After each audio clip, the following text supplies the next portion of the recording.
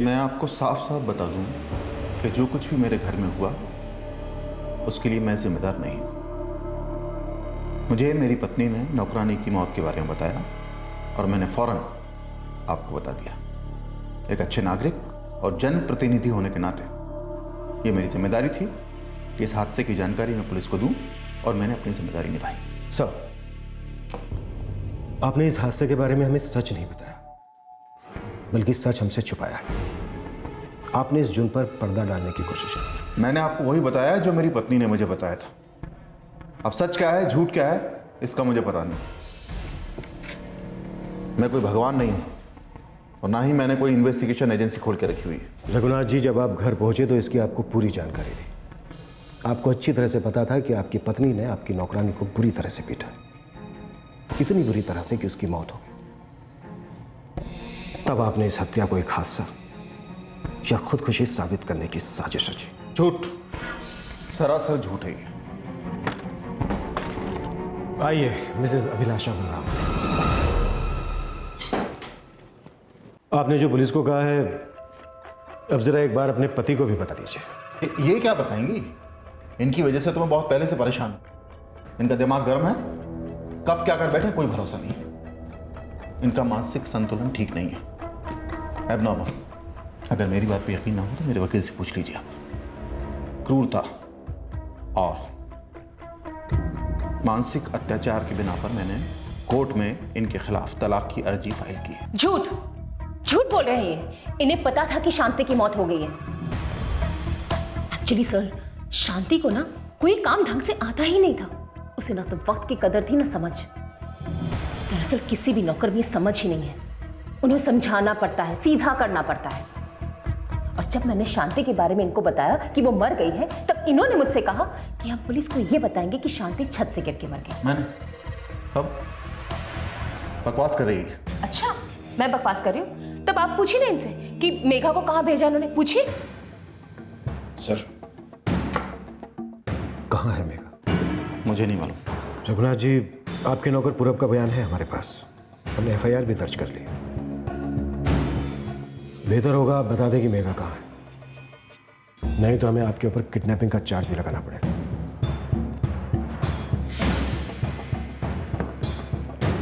मैंने उसको अपने दोस्त के यहाँ छोड़ा हुआ है, मंगतराम कॉलोनी में। मैं नहीं चाहता था कि ये सब मेरे बेटे के सामने।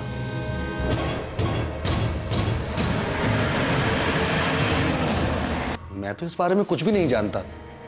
रघुनाथ जी ने मेघा और अपने बेटे को यहाँ भेजा था और मुझसे कहा था कि मैं कुछ दिन इनकी देखभाल करूं। मैंने आज ही अखबार में खबर पढ़ी है। आपको पुलिस को खबर करनी चाहिए थी।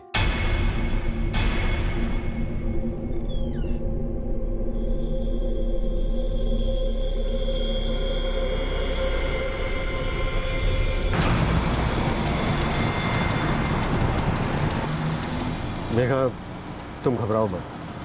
अभिलाषा और रघुनाथ हमारी हिरासत में हैं। अब ये दोनों तुम्हारा कुछ नहीं बिगाड़ सकते। सर। सर,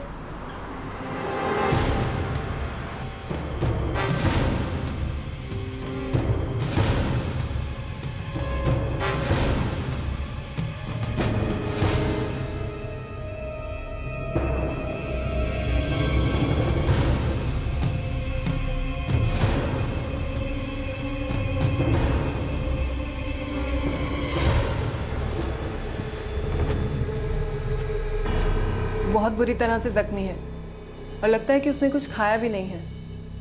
जिनके घर पे ये काम करती थी उन्होंने इसकी हालत की। बेहतर होगा कि इसे हॉस्पिटल में एडमिट करा जाए और इसका अच्छे से इलाज करा जाए।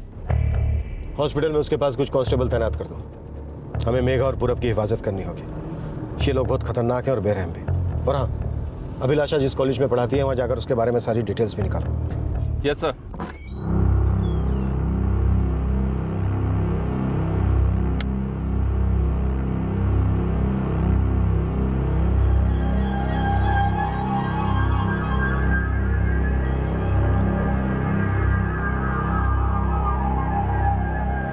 ये क्या साहब, अब आप कह रहे हैं कि माँ का खून हुआ है? हाँ रमेश, तुम्हारी माँ की जान ली गई है। पिछले 8 महीने से जिस घर में वो काम करती थी उस घर में उन्हें बहुत मारा पीटा जाता था। मैंने आपको पहले भी बताया, माँ जब से दिल्ली आई मेरी उससे बात नहीं हो पाई थी साहब। वो बात कैसे करते? उनका मोबाइल छीन लिया गया था। उनके साथ वहाँ जानवरों की तरह बर्ताव किया जाता। देखिए साहब, मुझे झमेले में नहीं पड़ना है। मैं गरीब आदमी हूँ साहब, अपने परिवार को संभालना है। रमेश, वो तुम्हारी माँ थी, खतरनाक लोगों के बीच फंस गई थी। ये कोई झमेला नहीं है।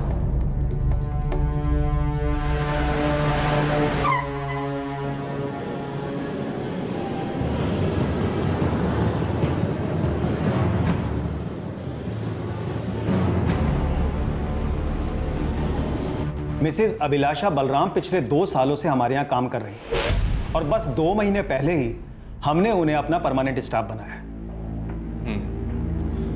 अच्छा, आपको कभी इस बात पे शक हुआ था कि उनका मानसिक संतुलन बिगड़ा हुआ था? मेरा मतलब किसी स्टूडेंट के साथ कोई बुरा बर्ताव? जी नहीं, कभी ऐसी कोई शिकायत नहीं आई थी, बल्कि हमें तो ये सब कुछ सुनकर बहुत अजीब लग रहा है।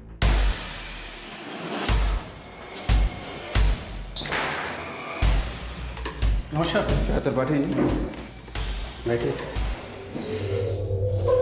त्रिपाठी, किसी भी तरह मुझे इस झमेले से बाहर निकालो। सर, कल पुलिस आपको कोर्ट में पेश करेगी, तब तक कोई ना कोई रास्ता निकाल ही लेंगे। इस औरत ने परेशान करके रख दिया। ज़रा सा सब्र रखिए। मुझे यकीन है कि जब मैं ये पेपर्स कोर्ट में पेश करूंगा तो कोर्ट ज़रूर आपके साथ नरमी बरतेगी।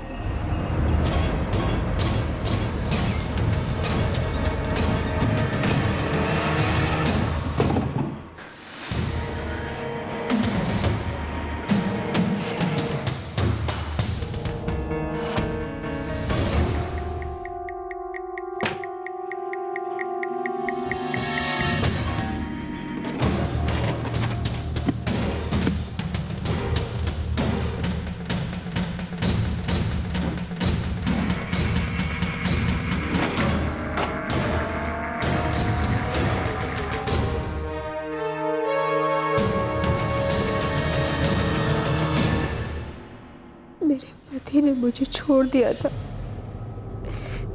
फिर मैं पैसे कमाने के लिए घरों में काम करने लगी। एक एजेंसी ने मुझे यहाँ काम दिया। मुझे नहीं पता था कि मुझे ऐसे नरक में रहना पड़ेगा। मेघा, तुम डरो मत, हम उनके साथ सख्ती से पेश आएंगे। उन पर कार्रवाई करने के लिए हमें तुम्हारा बयान चाहिए। जो कुछ भी तुम्हारे साथ बीती है वो हमें सब बता दो।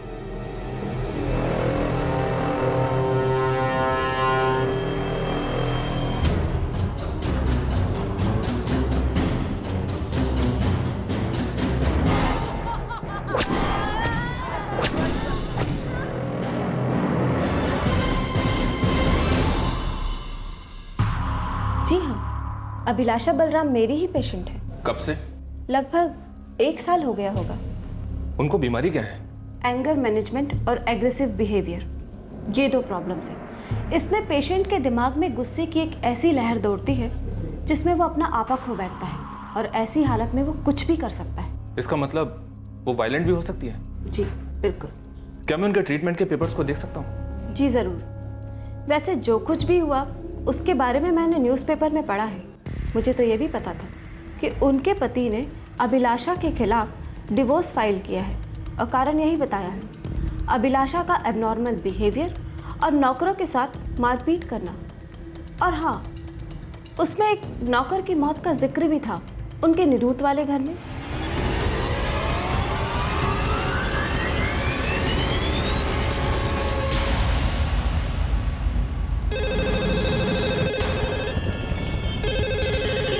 ज़रूर, मैं सारे पेपर्स भेज देता हूँ। उसकी मौत 2010 में हुई थी, वो एक एक्सीडेंट था। वैसे रघुनाथ बलराम के खिलाफ कई केसेस हैं। आप कहें तो मैं सारे पेपर्स भेज देता हूँ।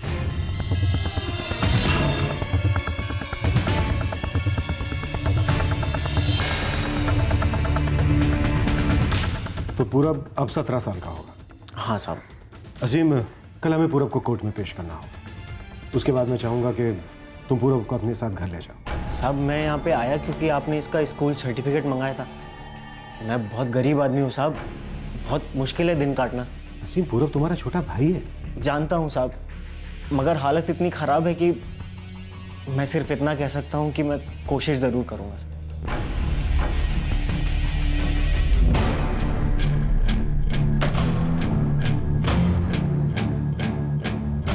सर, रमेश, वो शांति का बेटा, वो गायब हो गया है और उसका फ़ोन भी बंद आ रहा है। मेघा का पति भी उसके साथ ताल्लुक नहीं रखना चाहता। पूरब का बड़ा भाई अपनी जिंदगी से परेशान है और अब इस बेचारी औरत का बेटा भाग गया। हो सकता है किसी ने उसे धमकी दी हो। सर, ये कागजात उस नीलेश कुमार के हैं जो रघुनाथ बलराम और अभिलाषा बलराम के नीरथ वाले घर में काम किया करता था। गुड, हमें उन दोनों के खिलाफ एक सॉलिड केस तैयार करना है। रघुनाथ बलराम के खिलाफ और भी केसेस दर्ज हैं सर। हफ्ते भर में सारी जानकारी मिल जाएगी। हमारे पास जो भी जानकारी है उसकी लंबी कस्टडी की डिमांड करने के लिए काफ़ी। नौकरानी शांति की मौत के बाद पुलिस ने अभिलाषा और रघुनाथ को हिरासत में ले लिया और उनके खिलाफ एक मजबूत केस बनाने में जुट गई। उनके अतीत की छोटी से छोटी बात पर भी पुलिस की नजर थी। अभिलाषा का बर्ताव, उसके जुर्म और साथ ही रघुनाथ के पुराने जुर्मों के रिकॉर्ड्स भी पुलिस ने ढूंढ निकाले। सर, मेरे क्लाइंट एक इज्जतदार आदमी हैं, जनता के प्रतिनिधि हैं, वो कानून का पूरी तरह से पालन करने वाले हैं और इसीलिए जैसे ही इनकी पत्नी ने इन्हें इनके घर में हुई इनकी नौकरानी की मौत की सूचना दी तो इन्होंने तुरंत ही पुलिस को रिपोर्ट किया। इन्हें तो इस बात का बिल्कुल भी अंदाजा नहीं था कि ये जुर्म इनकी पत्नी ने ही किया था। सर, इस बात पर गौर किया जाए कि मेरे क्लाइंट ने अपनी पत्नी के खिलाफ जो डिवोर्स केस फाइल किया था उसमें भी ये बात अच्छी तरह से लिखी गई है कि ये अपनी पत्नी के हिंसक बर्ताव से बुरी तरह से तंग आ चुके थे। इनफैक्ट इन्होंने कई बार अपनी पत्नी को घर में काम करने वालों के साथ इस तरह से पेश आने के लिए डांटा भी था। सर, मेरे क्लाइंट का इस जुर्म से कोई लेना देना नहीं है और न ही इनका किसी तरह का कोई गलत इरादा था। इसलिए मैं अदालत से गुजारिश करूंगा कि मेरे क्लाइंट को बेल दे दी जाए। सर, रघुनाथ और अभिलाषा बलराम के घर में काम करने वाले ये तीनों लोग, मेघा कौर, शांति और पूरब, इन तीनों के साथ जानवरों से भी बदतर व्यवहार किया गया और ये सब मेघा और पूरब ने अपने बयान में कहा है। सर, ये नामुमकिन है कि रघुनाथ बलराम को इस मामले के बारे में कोई जानकारी नहीं थी। अगर ये जनता के प्रतिनिधि हैं और कानून की सहायता करना चाहते थे तो इस मामले के बारे में उन्हें बहुत पहले पुलिस को बता देना चाहिए था। और जहां तक बात है इनके इस दावे की कि इन्हें अपनी पत्नी के जुर्म के बारे में कुछ भी नहीं पता था, तो ये रहे कॉल रिकॉर्ड्स। इससे साफ पता चलता है कि 19 नवंबर 2013 की सुबह वो उसी बंगलों में थे जहां पर ये वारदात हुई थी। तो सर, जाहिर है कि इन्हें इस घटना के बारे में पहले ही पता चल चुका होगा। तो इनकी बात गलत साबित होती है कि इन्हें इसकी जानकारी फ़ोन पे मिली थी। इसके अलावा इन्होंने कोर्ट में डिवोर्स पिटीशन फाइल किया है। उससे साफ पता चलता है कि वो अपनी पत्नी के असामान्य और हिंसक प्रवृत्ति से बिल्कुल वाकिफ थे। और यहाँ तक कि नेरुथ, उस घर में काम करने वाले नौकर नीलेश, जिसकी मौत हो गई थी, उसकी ऑटोप्सी भी नहीं निकाली गई थी। इनका दावा है कि इस घटना के पीछे भी उनकी पत्नी का हाथ था। हमारे पास सारे सबूत हैं कि इन सारी घटनाओं के बारे में उन्हें पहले से जानकारी थी, लेकिन वो अपनी पत्नी को बचाते आए। और सर, ये भी हो सकता है कि रघुनाथ बलराम अपनी पोजीशन का इस्तेमाल करके गवाहों पर दबाव डालने की पूरी कोशिश करेंगे। मेरी कोर्ट से दरख्वास्त है, इन सारे बातों को ध्यान में रखते हुए रघुनाथ बलराम की पुलिस रिमांड को आगे बढ़ाया जाए। ये कोर्ट रघुनाथ बलराम और अभिलाषा बलराम की जमानत की दरख्वास्त को नामंजूर करती है। इन्हें 14 दिन की न्यायिक हिरासत में भेजा जाता है।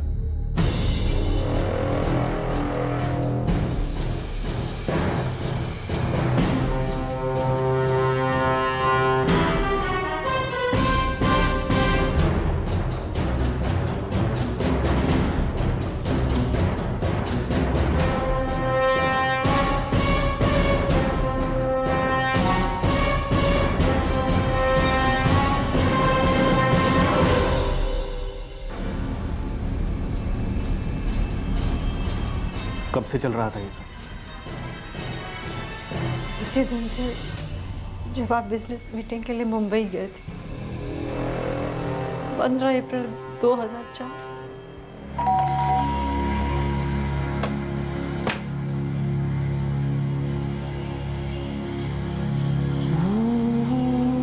उसके बाद से वो हर दूसरे तीसरे दिन घर आ जाया करता था।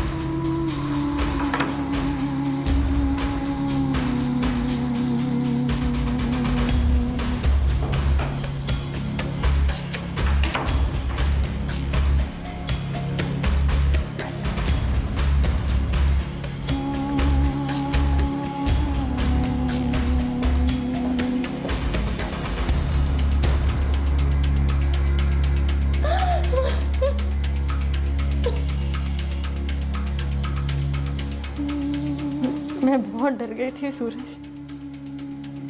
मुझे हमेशा से यही डर लगा रहता था कि जब आपको पता चलेगा तो आप क्या सोचेंगे। तुम्हें चुप नहीं बैठना चाहिए था अंकिता, तुम्हें चुप नहीं बैठना चाहिए था।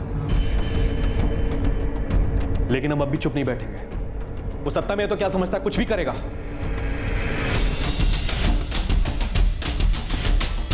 अंकिता आहूजा एक हाउसवाइफ अब जाकर अपने पति को बताती है कि रघुनाथ बलराम, जो कि एक जनप्रतिनिधि है, उसने 2004 से लेकर 2008 तक उसका शोषण किया था। क्या अंकिता के इल्जाम का कोई मूल आधार था, कोई सच्चाई थी? वो चुपचाप ये सब सहती रही। ये बात कैसे इस हद तक पहुंच गई कि वो बंदूक उठाकर उसका नाजायज फायदा उठाने के लिए उसके घर में घुस आया?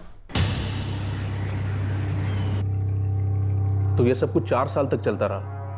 जी सर देखिए, मैं जानता हूं कि आप हमसे पूछेंगे हमने पहले कंप्लेंट क्यों नहीं की। एक औरत होने के नाते ही घबरा गई थी कि इन सब में मैं इन्हें गलत समझूंगा। फिर जब इन्होंने रघुनाथ बलराम की खबर अखबार में पढ़ी तो इन्होंने हिम्मत जुटाई और सारी बात मुझे बताई। पर आप रघुनाथ बलराम को कैसे जानते हैं? मेरे एक दोस्त की जानकारी में उनसे मुलाकात हुई। मैं अपने बिजनेस को बढ़ाने के सिलसिले में उनसे मिलना चाहता था। एक दिन मैंने उन्हें घर पे खाने में बुलाया।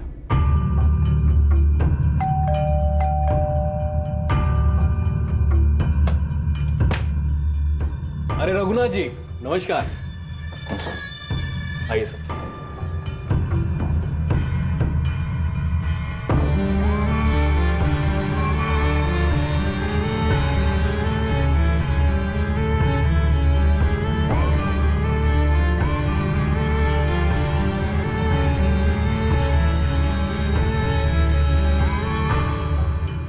सर मुझे जरा भी अंदाजा नहीं था क्यों घटिया आदमी इस तरीके से मेरे शहर से बाहर जाने का फायदा उठाए और मेरे घर पहुंच जाए। मैं तो ये भी नहीं जानता कि उसे मेरे शहर से बाहर जाने का पता कैसे चलता।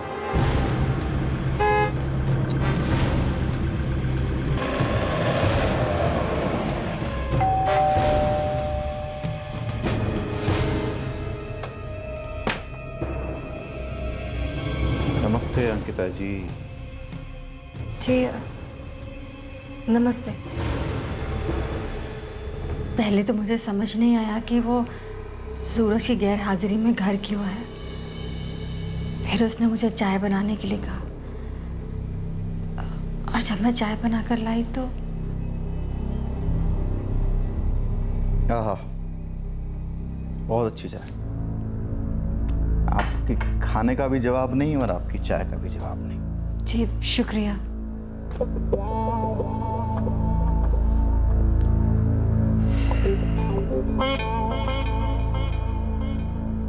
अंकिता जी, आपके पति बड़े भले आदमी। मैं चाहता हूं वो बहुत आगे बढ़ें, बिजनेस में बहुत तरक्की करें। जी थैंक यू। आप सोच भी नहीं सकती कि मैं उन्हें कहां से कहां तक पहुंचा सकता हूं। मतलब फर्श से लेकर अर्श तक। ऐसे बस अगर आप थोड़ा कोऑपरेट करें तो। कोऑपरेट? मैं कुछ समझी नहीं। इसमें समझना क्या है? आप इतनी खूबसूरत हैं, आप भी जानती हैं ना। मैं आपके पति को हर तरह से सपोर्ट करूंगा। बस अगर आप भी मुझे थोड़ा सपोर्ट करें तो। रघुनाथ जी, ये क्या बात कर रहे हैं आप?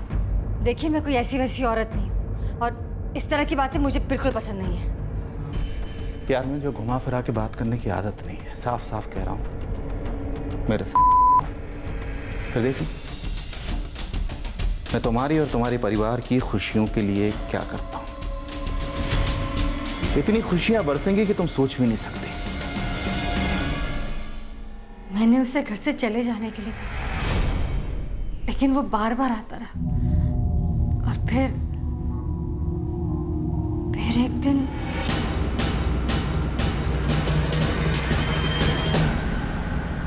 वो हर बार घर पे आता और बंदूक की नोक पे मेरे साथ जबरदस्ती करता। वो हर बार मुझे ब्लैकमेल करता था कि अगर मैंने किसी को भी इस बारे में बताया तो वो मेरे पति और मेरे बेटे को जान से मार डाले। इसलिए मैं सूरज को कभी इस बारे में कुछ नहीं बताया। अब जब न्यूज़पेपर में मैंने पढ़ा तो बहुत मुश्किल से हिम्मत जुटा पाई ये सब कुछ सूरज को बताने की। ये सन 2004 से 2008 के बीच हुआ है, यानी कि 5 साल पहले। देखिए, मेडिकली कुछ भी साबित नहीं किया जा सकता। मुझे अपने सीनियर से बात करनी है।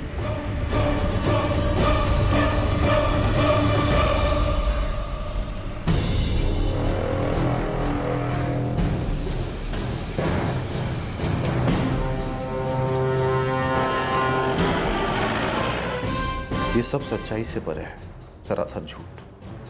मेरे विरोधी मौके का फायदा उठाकर मुझे फंसाने की कोशिश कर रहे हैं। और ये औरत जिसका आपने जिक्र किया, उसको मैं जानता तक नहीं। ये सारे उसी सोसाइटी के एंट्रेंस रजिस्टर्स है जहाँ पे आहूजा दंपत्ति रहती है।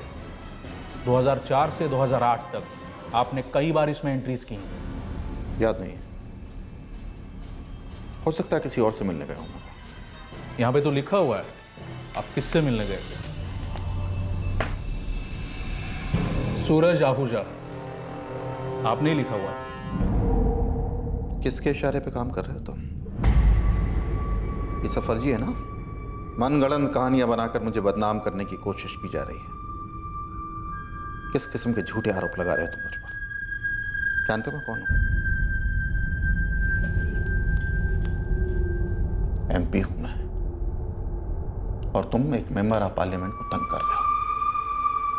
बहुत महंगा पड़ेगा। मैंने आसपास के लोगों से पता किया है, ये आहूजा दंपत्ति की बात सच लगती है। सर, इनके पास कोई वजह नहीं है रघुनाथ बलराम पर झूठा इल्जाम लगाने की। सर, मुझे तो ऐसा लगता है कि रघुनाथ बलराम के बारे में अखबार में पढ़कर ही उसके खिलाफ बोलने की हिम्मत कर पाए वो लोग। ठीक है, FIR फाइल कर दो।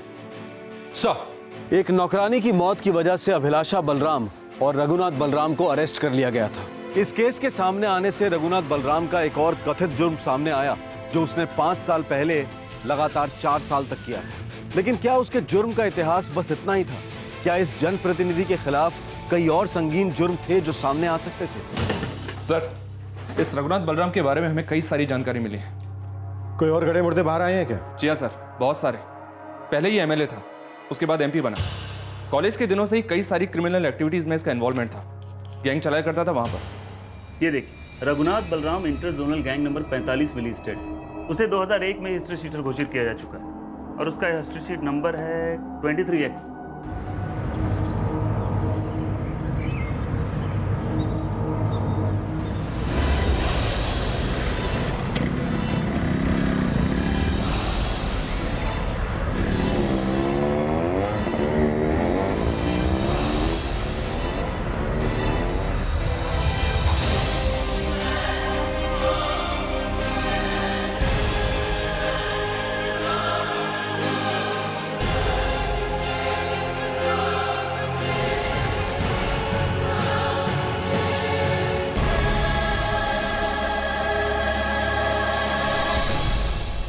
सर, तब से लेकर अब तक तकरीबन 25 केसेस में इसका नाम है। कुछ में तो इसे जमानत मिल गई, कुछ में सबूत ना होने की वजह से ही छूट गया, और कुछ में गवाह ऐन मौके पर पलट गए। यानी वो पहले भी ऐसे कई जुर्मों में शामिल रहा है? जी हाँ सर। एक बात और, अभिलाषा बलराम इसकी दूसरी पत्नी है। पहली पत्नी ने कुछ संदिग्ध अवस्था में आत्महत्या की थी। सर, रघुनाथ बलराम ने 2008 के आखिर में अभिलाषा के साथ शादी की थी, और अब उसके खिलाफ ये रेप केस सामने आया है।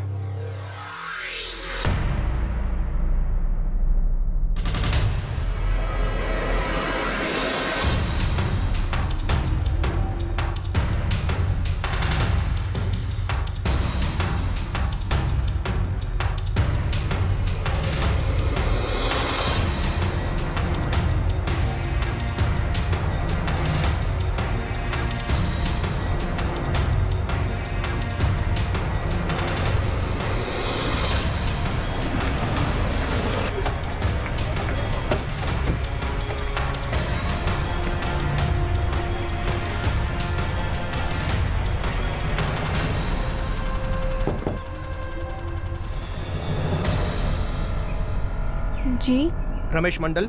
वो तो अंदर है। बुलाओ उसे।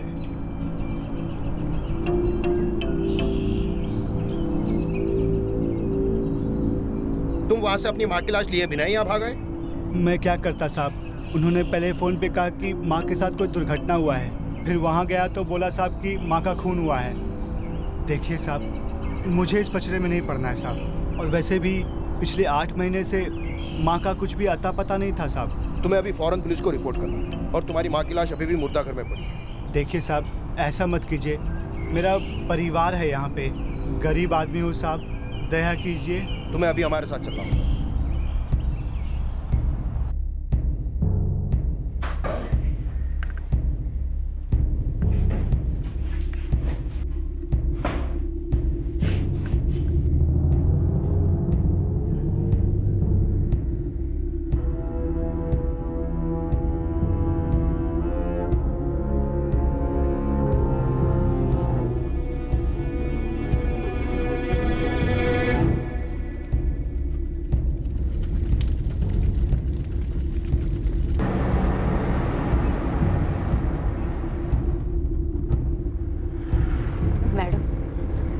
कहाँ जा रहे हैं? एक ऐसी जगह जहाँ तुम्हें कोई डरा धमका नहीं पाएगा। तुम्हारा पति तुमसे कोई भी संबंध रखना नहीं चाहता है, इसलिए अब तुम हमारी जिम्मेदारी हो। तुम्हारी हिफाजत का ध्यान हम रखेंगे। रघुनाथ, बलराम और अभिलाषा अब तुम्हारा कुछ नहीं बिगाड़ सकते हैं। पूरब, डरो मत, अब तुम सुरक्षित हो। कोई भी तुम्हारा कुछ नहीं बिगाड़ सकता। हम तुम्हें पुलिस प्रोटेक्शन देंगे। सर,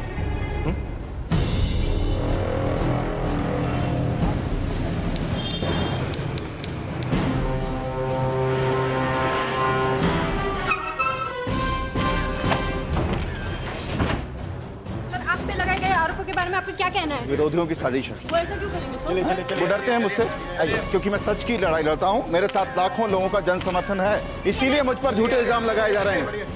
लेकिन मैं उन सबको ये बता देना चाहता हूँ कि हमेशा की तरह इस बार भी मैं विजयी होकर लौटूंगा। सर, मेरे क्लाइंट रघुनाथ जी और अभिलाषा जी ने पुलिस की जांच में पूरा सहयोग दिया है।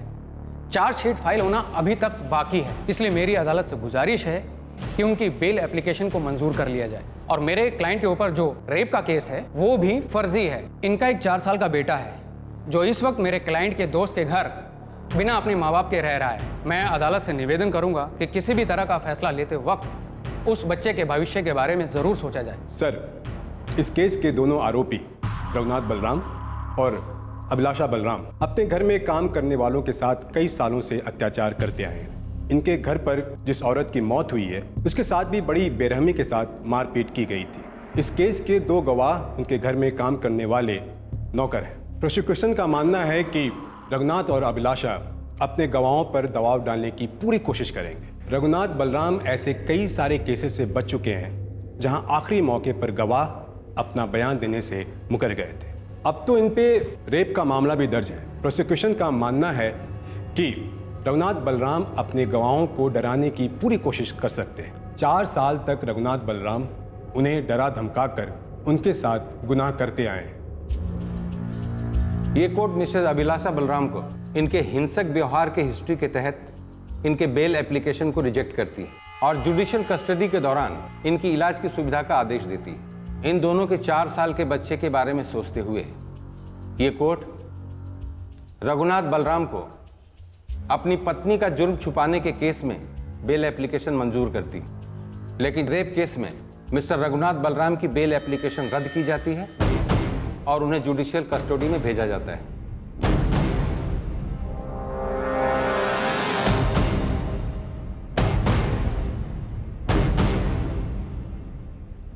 मुझे लगता था कि अगर मैंने आपको बता दिया तो आप मुझसे नाराज हो जाएंगे, खुद से नाराज हो जाएंगे कि आप मेरे लिए कुछ नहीं कर पाए, मुझे बचा नहीं पाए।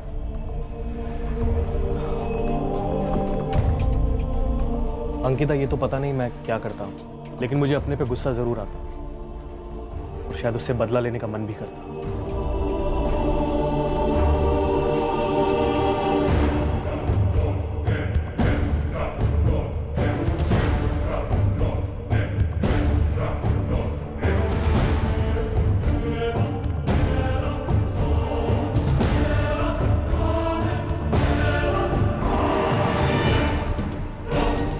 इतने सालों बाद सामने आए एक बलात्कार के केस में रघुनाथ बलराम को जमानत नहीं दी गई। वो एक ताकतवर आदमी था और सबका ये डर लाजमी था कि वो पीड़ित व्यक्ति या गवाहों को डरा धमका सकता है। लेकिन क्या अंकिता आहूजा सच में किसी जुर्म का शिकार हुई थी? अदालत के सामने अंकिता आहूजा ने अपना बयान बिल्कुल बदल दिया। मिसेस अंकिता आहूजा, आपने अपनी पति की मौजूदगी में ये केस फाइल किया था। आपने आपके साथ हुए शोषण और आपको दी गई मानसिक यातनाओं के बारे में उसमें बयान दिया था। जी हाँ, मैंने कहा था। लेकिन अब आपका कहना है कि रघुनाथ बलराम ने आपके साथ कुछ नहीं किया। जी वो मैं रघुनाथ बलराम जी से डर गई थी। वो मेरी शादीशुदा जिंदगी में दखल अंदाजी कर रहे थे। वो आपकी शादीशुदा जिंदगी में किस तरह से दखल दे रहे थे? मिसेस अंकिता आहूजा, आपने अपने बयान में खुद ही कहा है कि वो आपके कमरे में घुस आए, आपके साथ जबरदस्ती की, आपको सेक्सुअली असॉल्ट किया। मैं बहुत परेशान थी। 2010 में मेरे पति ने मुझे डिवोर्स का नोटिस भेजा था। मेरे रिश्तेदारों ने मुझे मजबूर किया था कि मैं ये केस फाइल करूं। रघुनाथ बलराम जी ने कभी मुझे सेक्सुअली असॉल्ट नहीं किया, कभी मेरे साथ जबरदस्ती नहीं की। मैं उनके खिलाफ कोई बयान नहीं देना चाहती।